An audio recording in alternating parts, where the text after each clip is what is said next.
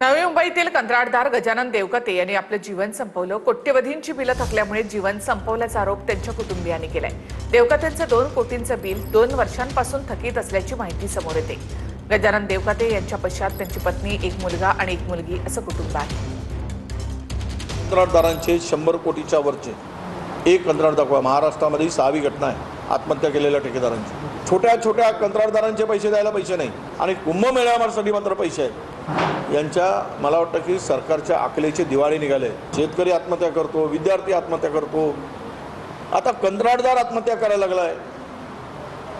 म्हणजे या राज्यात कोणीही सुरक्षित नाही। कंत्राटदाराच्या आत्महत्या अतिशय दुर्दैवी आहे, त्याचं कुणीही समर्थन करत नाही। परंतु कंत्राटदारांचं पेमेंट तातडीनं व्हावं, ते सीमलेस व्हावं, यासाठी मुख्यमंत्री माननीय देवेंद्रजी फडणवीस साहेबांनी देखील दखल घेतलेली आहे आणि एक अशी सिस्टीम तयार केली आहे की तातडीनं कंत्राटदाराचं पेमेंट होईल आणि त्यासाठीची एक सिस्टीम माननीय मुख्यमंत्री साहेबांच्या आदेशानंतर तयारी झाली आहे।